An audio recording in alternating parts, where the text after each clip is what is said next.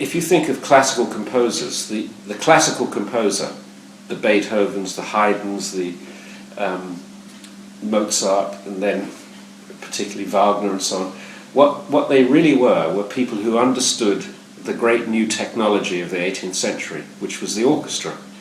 The orchestra was a new idea, and it took a really particular set of skills and understandings to be able to write for that huge, complicated machine which is called an orchestra. Similarly, in modern times, the new technology was the recording studio, actually, the electric recording studio. Lo que acaban de escuchar es parte de una conversación con Brian Eno en el año 2012 en Stavanger, Noruega, donde tuve el honor de ser invitado a un encuentro con él durante el desarrollo del festival Punkt que él mismo curó. La acotación de Eno, cuya andadura conocen ustedes muy bien, el parte del glam rock con Roxy Music, pasa por múltiples y exitosas producciones, incluye la invención del ambient, la melodía de arranque del olvidado Windows 95 y mucho más, determina una era tecnológica en la que la música va de la invención de la orquesta al garage band. Lo que voy a hacer en este rato con ustedes es un viaje rápido entre esos dos parámetros que van de lo analógico, o muy analógico en realidad, protoanalógico, a lo digital, cada vez más digital, postdigital. Del siglo XVII al siglo XXI, del barroco a la inteligencia artificial. No seré exhaustivo, creo que no hay manera de serlo en tan poco tiempo, y seré más bien breve, portátil, periodístico, a veces didáctico y a veces anecdótico, y cronológico a ratos. Arranco pues esta conferencia siguiendo esas marcas de entrada y salida que da Brian Eno, la orquesta y el estudio de grabación. Resulta interesante la visión de la orquesta, palabra que viene del latín orquestra, que significa lugar redondo para danzar, como máquina tecnológica. Es fácil ver la orquesta como un artefacto vivo donde aquel violín suena cuando abrimos este canal, ese oboe se escucha cuando desmuteamos este otro canal y se escuchan violas, trompetas o tubas cuando subimos los respectivos faders de las violas, trompetas y tubas. De esta consola viva que es la orquesta, la música sale ya mezclada o prácticamente mezclada.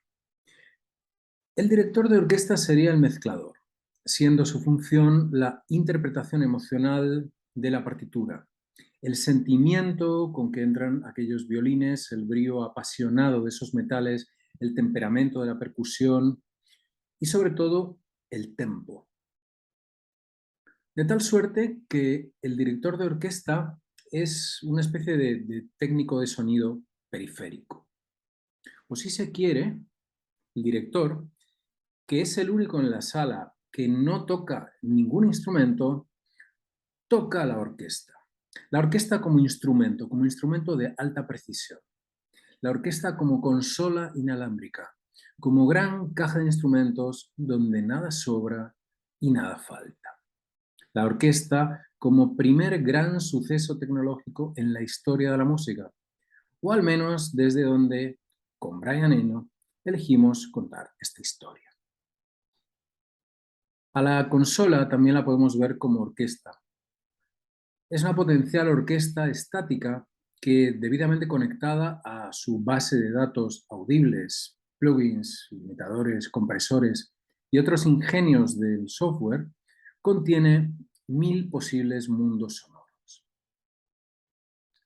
Durante décadas hubo una figura, la del productor, dedicada a crear esos mundos sonoros a través del dominio de esa especie de orquesta muda, estática, de la consola, del estudio de grabación.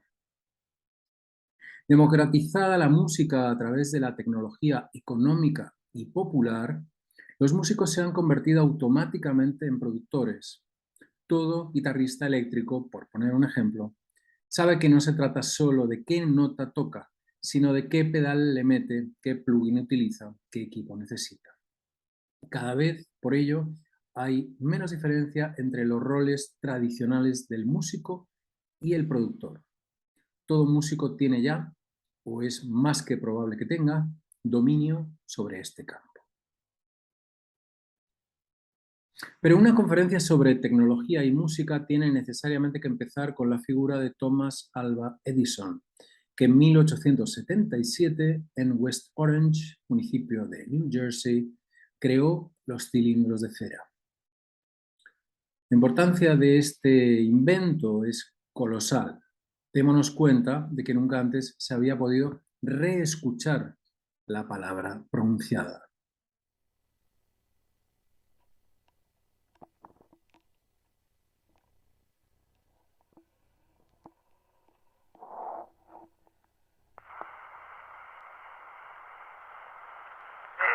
First words I spoke in the original phonograph. A little piece of practical poetry. Mary had a little lamb, its fleece was white as snow, and everywhere that Mary went, the lamb was sure to go.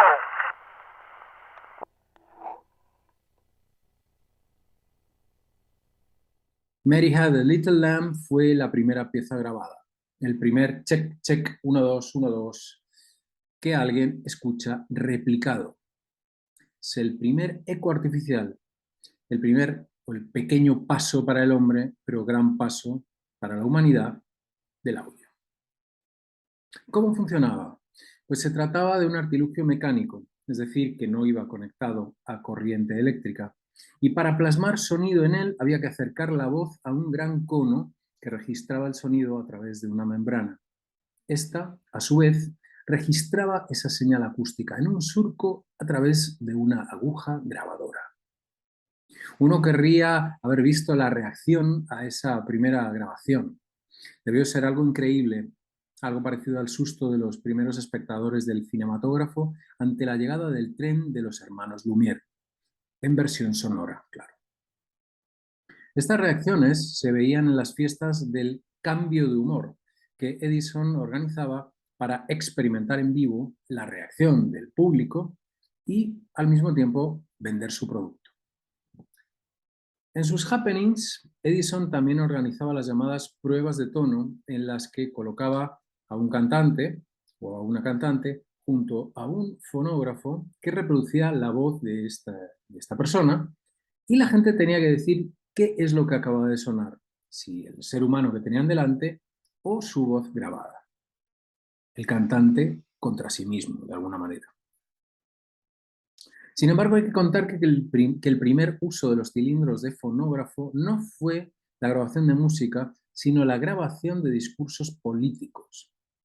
Un anuncio en el New York Times en la época decía: tanto si dispone como si no de una bodega de vinos, el hombre que quiera ser considerado de buen gusto tendrá sin duda una bien provista bodega de oratoria. Oratoria. Curiosamente no estaba tan claro lo de escuchar música grabada. De hecho, cuando nos fuimos acostumbrando, cuando lo fuimos aceptando, lo de escuchar música grabada, nuestro primer instinto fue que la música grabada se pareciera lo más posible a la previamente interpretada en vivo. Y es curioso porque más tarde iba a ser al revés. La cosa iba a ser sonar como en el disco.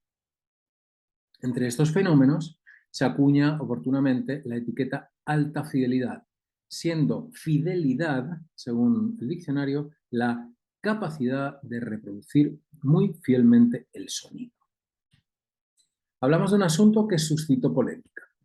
La más sonada vino de un compositor de marchas militares llamado John Philip Sousa, quien publicó en 1906 en una revista llamada Appleton uno de los textos más encantadoramente ridículos que se pueda leer hoy sobre este asunto. The Menace of Mechanical Music, la amenaza de la música mecánica. Ahí Sousa arremete con furor iconoclasta contra la barbarie del sonido grabado. Y el asunto recuerda a aquellos que cuando apareció el automóvil decían que circular a 30 kilómetros por hora era una locura y que eso no podía acabar bien. Decía Sousa: no se puede negar que los propietarios e inventores han demostrado una maravillosa agresividad e ingenio en el desarrollo y explotación de estos maravillosos dispositivos. Pero hasta ahora, todo el curso de la música, desde su primer día hasta hoy, ha estado encaminado a convertirla en la expresión de los estados del alma. En otras palabras, de verter en ella el alma.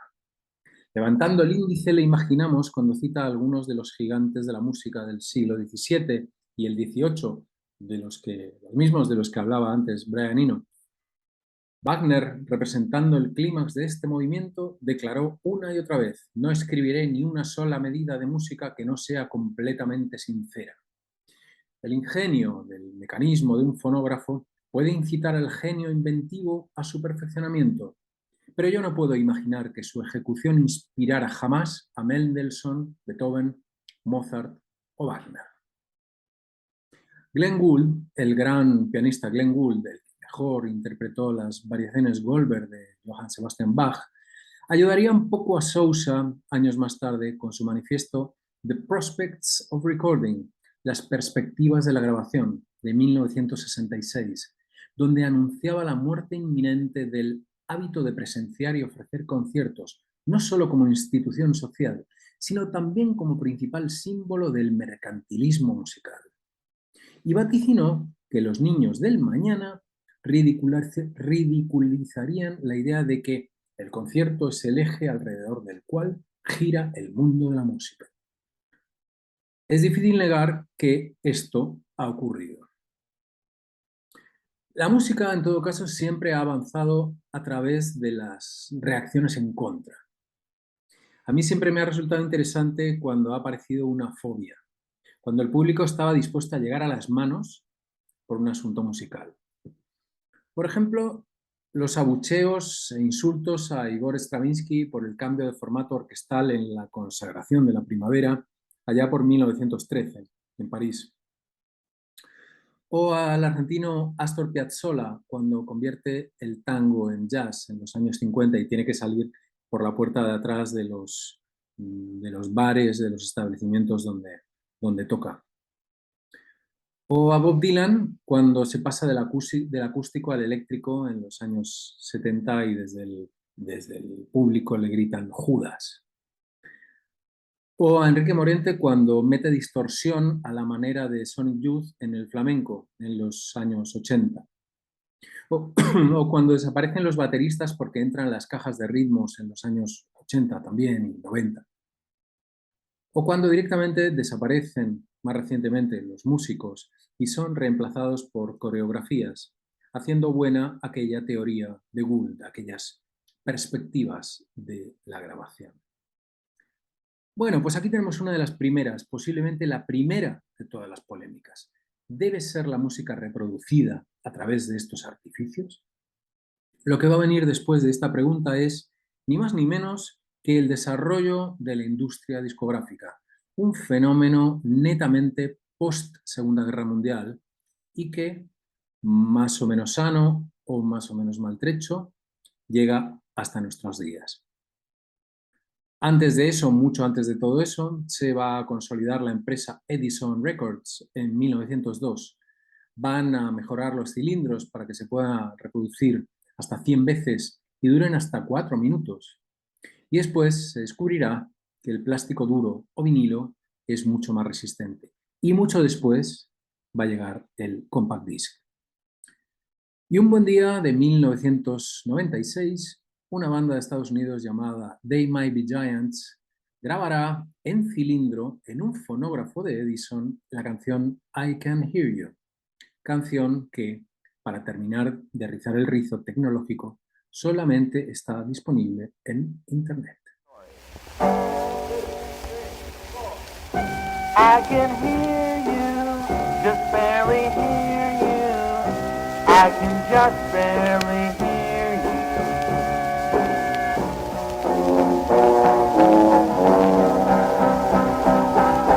This is a warning. Step away from the car. This car is protected Fly Viper. Pero, ¿cómo llega la música a los hogares del mundo? En 1888, prácticamente al mismo tiempo que la aparición del invento de Edison, un ingeniero de la compañía telefónica americana de Washington, D.C., Emily Berliner, crea el gramófono, una máquina que no funciona con cilindros, sino con discos planos surcados por una aguja que vibraba lateralmente sobre ese disco de anchura variable. Ese aparato fue el que se llevó el mercado, gracias a las estrategias de sellos, los primeros sellos, como Victor, que presentó su Victrola a través de las grabaciones del legendario tenor Enrico Caruso. Todos tenemos en la cabeza los gramófonos, la imagen del perrito de His Master's Voice, la voz de su amo, y esos grandes conos y las agujas como estas que se cambiaban después de escuchar cada disco. Use each point only once.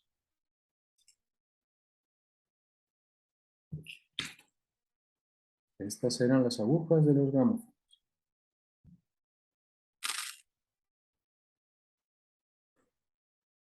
El gramófono sí llegó al mundo entero. A mí me parece muy curiosa, siempre me ha gustado mucho la historia de cómo arrancó el negocio discográfico en Cuba. Fue con la empresa Panart, la discográfica pionera en la isla, la que lanzó el primer cha-cha-cha de Enrique Jorrín, el primer mambo de Pérez Prado, la guajira guantanamera de Joseíto Fernández, las primeras grabaciones de Celia Cruz y las únicas de Miguel Matamoros tocando Lágrimas Negras. Y la manera en la que la Panart se hizo fuerte en aquel país fue con una peculiar estrategia de ventas. Si comprabas un disco, el primer disco, te regalaban el gramófono. Claro, durante la primera semana la Panart perdió una gran cantidad de dinero, pero en las sucesivas semanas la gente quería comprar el siguiente disco, luego el siguiente y luego el siguiente. De modo que a corto plazo la estrategia fue un gran éxito. Y así, en cierto modo, se anticipó un fenómeno que se iba a repetir en distintos momentos de la historia de la industria, que la música iba a ser el software barato o gratuito para disfrute del hardware. Lo veremos cuando Philips compre Phonogram. Lo veremos cuando Sony compre CBS. Cuando Apple instaure iTunes. Pero todavía queda bastante para eso. No tan rápido. El desarrollo de la música tras la Segunda Guerra Mundial trae los discos. Por eso toca hablar del estudio de grabación y de la magia fetiche que estos van a mantener durante medio siglo.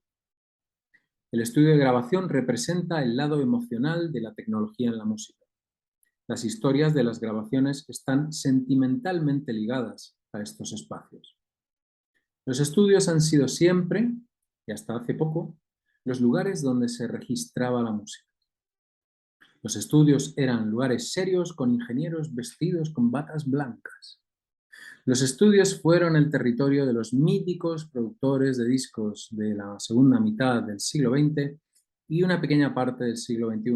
Pienso en los Joe Meek, Phil Spector, George Martin, Rick Rubin, Quincy Jones, Dr. Dre, el propio Brian Eno. Pongan aquí a su productor favorito. En los estudios de grabación también se ensayaba, componía, comía, dormía y en algunos casos hay quien llegó a vivir en ellos. En los estudios se pasaban meses experimentando y viviendo la música antes de lanzarla al mundo. En una historia veloz como esta se podría hablar brevemente de algunos lugares totémicos como los estudios Electric Ladyland de Jimi Hendrix en Nueva York, donde grabó el propio Jimi algunos de sus discos más importantes. Y aún hoy se graban discos importantes. Recientemente se grabó Motomami de Rosalía y hace algunos años David Bowie grabó en hermético silencio el que fuera su último disco, Black Star. Pienso también en Hansa by the Wall, en Berlín, el estudio con vistas al muro, lugar mágico para el krautrock, para David Bowie y Brian Eno, para The Cure o Nick Cave and the Bad Seeds. Pienso en Real World, en Wiltshire, Inglaterra, los estudios de Peter Gabriel, que fueron el primer experimento de grabar en convivencia con la naturaleza. Ahí se puede grabar una guitarra bajo un árbol o encima de un lago sobre una gruesa placa de metacrilato. Sun Studios en Memphis, Metropolis en Londres, Record Plant en Los Ángeles, Kling Klang, los estudios de Kraftwerk en Düsseldorf, Tuff Gong en Kingston, Jamaica. Son 1000. Mejor habría sido no nombrar ninguno porque siempre faltará la mayoría y no habrá más remedio que ir a los más clásicos. Pienso también en Paisley Park, que yo tuve la suerte de conocer para entrevistar a Prince, quien me contó que allí, en esos estudios que eran su casa, querría morir rodeado por los lagos de Minneapolis. Y tristemente así fue, en un ascensor del edificio donde se puede leer Elevation. Pienso en Abbey Road, que no es solo el nombre de un disco mítico, sino un centro neurálgico de la tecnología de la época. Entonces la venta de discos de los Beatles era tan inmensa que sirvió para invertir en I+D más allá del audio. Y de ahí salió, por ejemplo, la resonancia magnética para la medicina. La próxima vez que ustedes se hagan una resonancia, acuérdense que se lo deben a Lennon y McCartney. A mí, por cierto, les voy a confesar que me gustan las resonancias magnéticas. Estar metido en ese extraño tubo con esa rítmica industrial más cerca de Throbbing Gristle y de Ein Sturz in Batten. En fin, hay 1000 estudios míticos que ya no existen, como los Compass Studio en Bahamas. En el Caribe hace algunos años estuve en Kingston, Jamaica, haciendo una investigación sobre música y grabación y fui en busca de los Black Ark Studios de Lee Scratch Perry, inventor del dub con el permiso de King Tubby. Perry solía someter sus grabaciones a rituales telúricos, como enterrar los masters y hacer hogueras y bailar sobre ellos y tenerlos durante un número de semanas o de meses antes de mandar las grabaciones a la fábrica, entre otras cosas. Finalmente, Perry quemó voluntariamente los estudios por motivos nunca aclarados y por eso de los Black Ark no queda señal ni rastro alguno.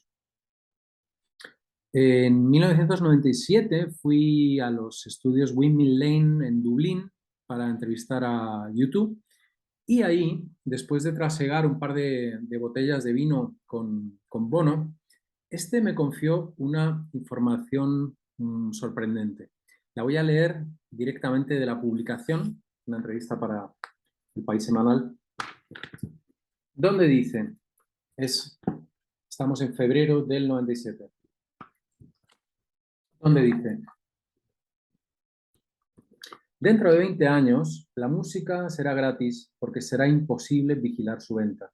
Se comprará por teléfono directamente al artista. Y vaticina, Bono, que solo quedarán quienes sepan tocar. Se nos pagará por eso y la música será como un anuncio de esos conciertos. Tardé años en entender qué habría querido decir Bono con lo de comprar música por teléfono. Estamos, insisto, hablando todavía de una época muy temprana. ¿Habría que llamar por teléfono o cómo iba a ser eso? Acababa de arrancar 1997, así que los 20 años de la música gratis y el teléfono serían en 2017. ¿Cómo sería la música entonces? Era la pregunta. Pues bien, eso ya lo sabemos. Y también sabemos que al escenario de la música por vía telefónica se llegó antes de lo previsto. Quiero hablar antes de los formatos, antes de llegar a eso, de los formatos que nos acompañaron durante décadas y de algunos que se quedaron por el camino. El plástico que tomó el relevo del cilindro de cera trajo los singles o los discos de 7 pulgadas. Y es curioso que después de desaparecido el vinilo, o de casi desaparecido el vinilo, retomara fuerza hegemónica este formato del 7 pulgadas en la era de YouTube, pues la música se ha vuelto a publicar, sobre todo en ámbitos como el pop, canción a canción. Así que el 7 pulgadas volvió como concepto. Los álbumes o long plays o LPs fueron el formato rey desde 1948 hasta finales del siglo XX y fueron también la manera de sacarle más dinero al plástico metiéndole más música. Indudablemente ha sido el formato que más ha servido artísticamente a la música, permitiendo el desarrollo de trabajos largos, conceptuales si se quiere, donde escuchar al artista en su momento. Sirva esto para todo tipo de artistas, desde los Beach Boys a Kendrick Lamar, desde Led Zeppelin a Prodigy. El cassette nació en 1963 a través de Philips, compañía holandesa con sede en Eindhoven.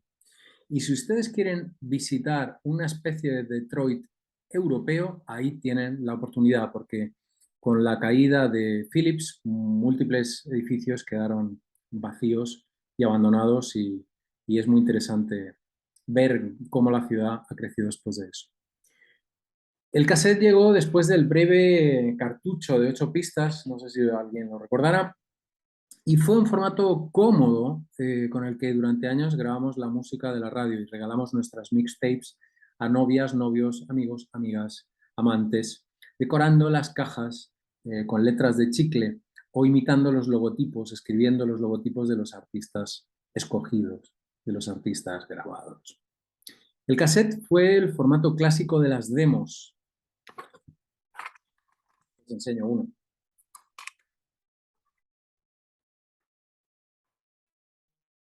Y también fue el formato clásico de los conciertos piratas, bien o mal grabados.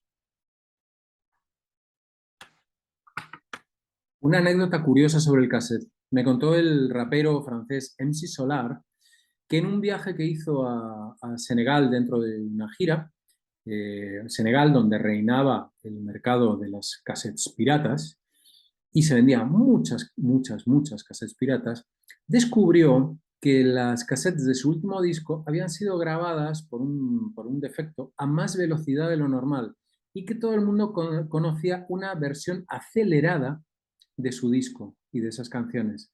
Y eso le llevó a apretar el ritmo en sus conciertos en Senegal y a tocar más rápido, porque es lo que la gente quería y aplaudía. Bien, viendo hoy series como Stranger Things, recordamos cómo escuchábamos las cassettes en nuestros Walkmans, conectados a esos auriculares que eran una fina lámina metálica con 2 espumitas que nos recubrían y nos pinchaban las orejas. Un par de décadas más tarde eran los Discman, cuando, claro está, dimos el salto al vacío, al CD y al digital. Esto trajo por un lado el fin del encanto de la música en vinilo y por otro lado la mayor difusión de la música desde la llegada del plástico negro. Una fecha para eso, 1982.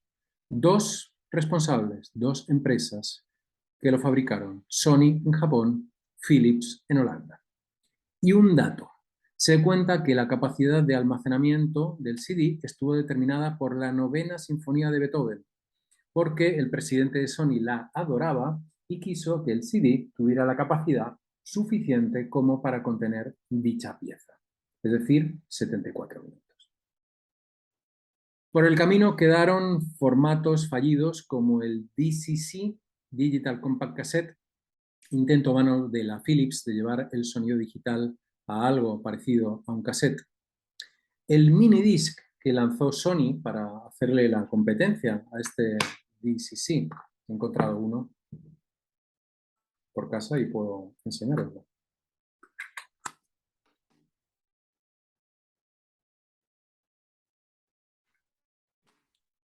El DAT o DAT, que durante mucho tiempo sirvió como formato máster en estudio para la fabricación.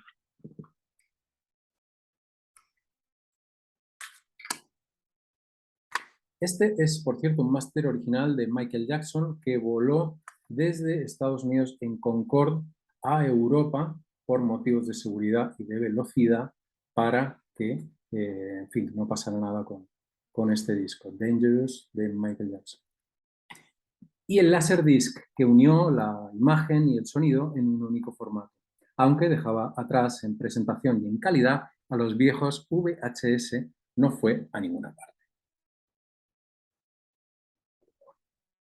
Hasta que llega el 2000, por dar una fecha aproximada. Los coches aún no vuelan, pero la música sí. Los discos dejan de ser tangibles, la alta fidelidad desaparece. Ya nadie volverá a leer los créditos de un álbum, ni se recreará en los detalles de su portada. Todo es portátil, ignífugo, de silicio. Llega iTunes y tu discoteca vieja ya no vale. Es imperativo digitalizarla. Pero el CD no era ya un formato digital. Olvídalo y mételo en el ordenador. Este se encargará de todo. Después de eso ya puedes tirar el CD a la basura. La conversión de nuestras discotecas en archivos digitales se saldó con una nueva nomenclatura por la que miles de canciones que no estaban preparadas para el trasvase se quedaron sin nombres y pasaron a llamarse Track 1, Track 2, Track 3. Canciones desordenadas para toda la eternidad.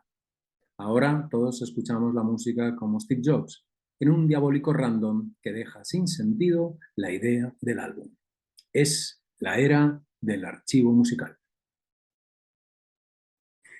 Y hay que hablar del MP3.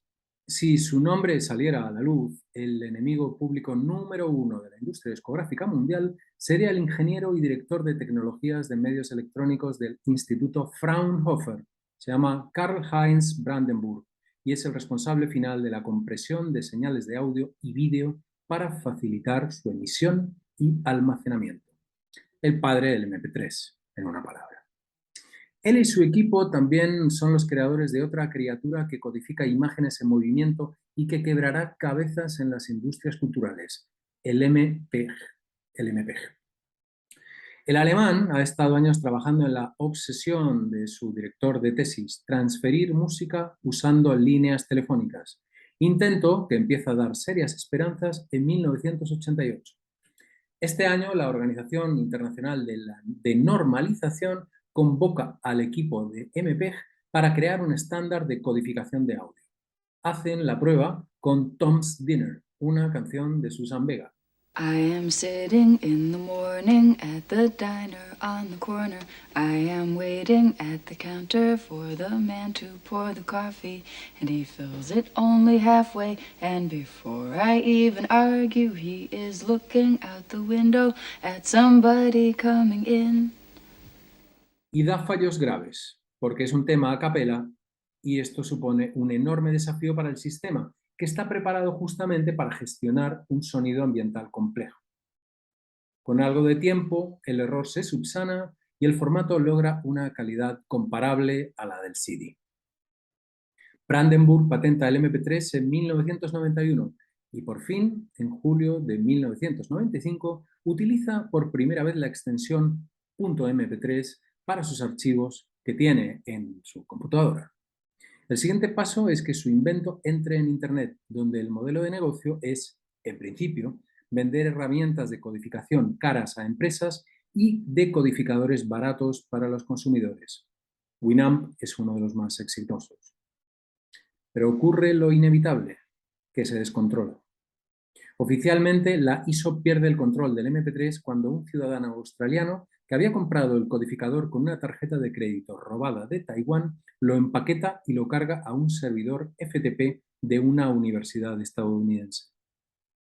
Los problemas entre la industria discográfica y el MP3 acaban de empezar. El apocalipsis está servido cuando Sean Parker y Sean Fanning, apodados respectivamente Manowar y Napster, crean una red en Internet por la cual es posible descargarte un disco. Le ponen de nombre el nick de este último, Napster.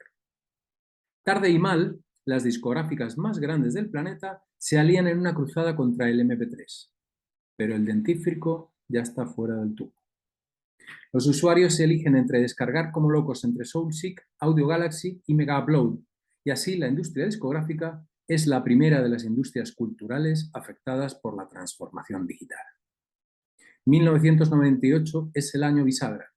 Este año, solo un 67% de las ventas de productos discográficos corresponde a productos legales. Si se le suma el boom de las grabadoras de CDs, el consumo doméstico de estos aparatos ya iguala el de escáneres. Posiblemente el CD virgen, el CD grabable, es el formato que lo cambia todo. Y el MP3 es su lógica consecuencia. La música es el único ámbito, puedo equivocarme, en el que se ha experimentado una regresión tecnológica con el boom del vinilo y los tocadiscos. También ha vuelto a ocurrir con los cassettes, si bien más anecdóticamente. Yo no conozco ningún caso serio de lanzamiento musical ambicioso en ese formato.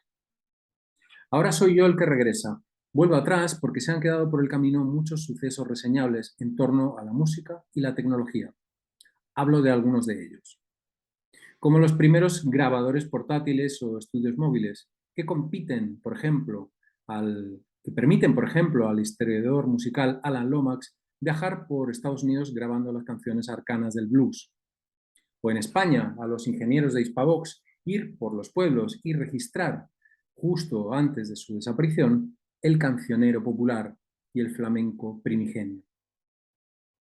Como la llegada de la cinta de grabación, que introducía la posibilidad de, si uno se equivocaba al grabar, cortar la cinta y eliminar el error.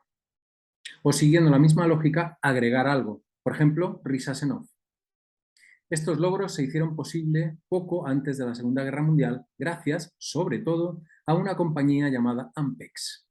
Su principal financiador fue el crooner Bing Crosby. Se dice que porque quiso poder grabar los programas que hasta entonces hacía en directo, grababa en directo, e irse a jugar al golf, que es lo que más le gustaba. Así nació la grabación en diferido. Por un error, también en tiempos de guerra, pero de la Primera Guerra Mundial, nació uno de los instrumentos más inquietantes y fascinantes del mundo. El único que para ejecutarlo no se toca físicamente, sino aproximando las manos. Leon Theremin, un ingeniero a sueldo del gobierno ruso, descubrió su instrumento en 1920, cuando estudiaba las ondas electromagnéticas, en particular, cómo detectar movimiento corporal. Al Theremin se le considera el primer instrumento electrónico de la historia. Esto nos lleva, dando un salto de medio siglo, a Robert Moog y a su teclado Mini Moog, que, comercializado en 1970, lograba empaquetar 4 generadores de señal, un filtro y un amplificador en una cajita. Los osciladores podían generar varias formas de onda y la interfaz del instrumento posibilitaba a los músicos combinarlas de varias maneras, creando sonidos completamente únicos. Entre una cosa y otra, mitad de los años 30, las guitarras se electrifican con pastillas y Les Paul crea el multipistas, grabando a su esposa, la cantante Mary Ford, cuya voz suena mientras su guitarra suena por otra pista, en una canción de nombre Lover. ¿Dijimos algo del paso del mono al estéreo? Otra cosa, el sampler, que va a revolucionar el mundo a través del hip hop, brindando la polémica sustitución del batería por bases grabadas. ¿Qué más? ¿El autotune? Ya lo dije, son demasiadas cosas. Falta tiempo para todo. Y uno no recuerda cronológicamente. Todo se mezcla en nuestra cabeza. Volvamos ahora, y ya cerca del final de esta conferencia, al presente. Este es el mundo digital. It's one thing that's very hard to judge is whether people are going to be interested in the idea of reproduction. So the period that we've lived through, that started about 100 years ago, is the period of recording, where for the first time in the history of the universe, you could hear exactly the same thing over and over again. That never happened before. It's a totally new idea that a piece of music didn't exist in time, but it existed in space, because that's what a record is. It's taking a piece of music out of time and putting it into space, and putting it in the same relationship to you as every other piece of matter. So it's a thing. It never was a thing before, it was an event before. So for about 100 years, we've all made our living and had a wonderful time with this new possibility in the universe. An event that you could experience precisely again and again. And of course films are the same and books are the same actually. They all depend on this idea of replication, perfect replication. However, I think people are starting to get bored with it now. It was fantastic for a while. It was a thrill because it was something new for humans to be able to do, to relive experiences again and again. Now I get the feeling that people aren't so... They take that for granted. It's not exciting as a possibility. Invoco de nuevo a Brian Eno, a su voz grabada en Stavanger, Noruega, en una conversación hace 10 años. Puedo escucharla y reescucharla y preguntarme qué siento al oírla. Puedo verla convertida en onda, hacerla visible en la pantalla, conocer sus picos y sus valles. Puedo ver esa voz y aprendérmela como un DJ se aprende los surcos de un disco que ha pinchado mucho en su set. Play, rewind, play. Y no hablará siempre y cada vez que quiera escucharle hablar de este tema, de la hora actual, donde es cierto que nuestro umbral de excitación sensorial es cada vez menor. No creo que la música grabada vaya a desaparecer, ni lo cree quien lo dice en esa grabación. Todo continúa. Pero hay una parte de nosotros que quiere más. Necesitamos la experiencia. Necesitamos saber a qué suena el presente. O mejor aún, a qué suena el mañana. El presente suena a glitch, a error del sistema, a salto, a píxel roto. Esos pequeños tics del mundo digital, que ya no es tan nuevo, son su firma sónica, son como el grano de una foto antigua, y eso nos cautiva. El mañana, que ya está entre nosotros desde hace tiempo, es la música autogenerada. La música entra en un mundo fascinante, matemático, caótico y ordenado al mismo tiempo, en el cual nosotros, sus ejecutantes, somos al mismo tiempo sorprendidos espectadores. Mientras escribo las líneas de esta conferencia, suena en Spotify un comercial que me propone me descargue Soundtrap, una app donde podré grabar mi propia canción en menos de un minuto. Será mucho más interesante que la app prescinda directamente del músico que soy o que podría ser, por lo menos durante un rato. Este es el ejemplo de lo que sucede.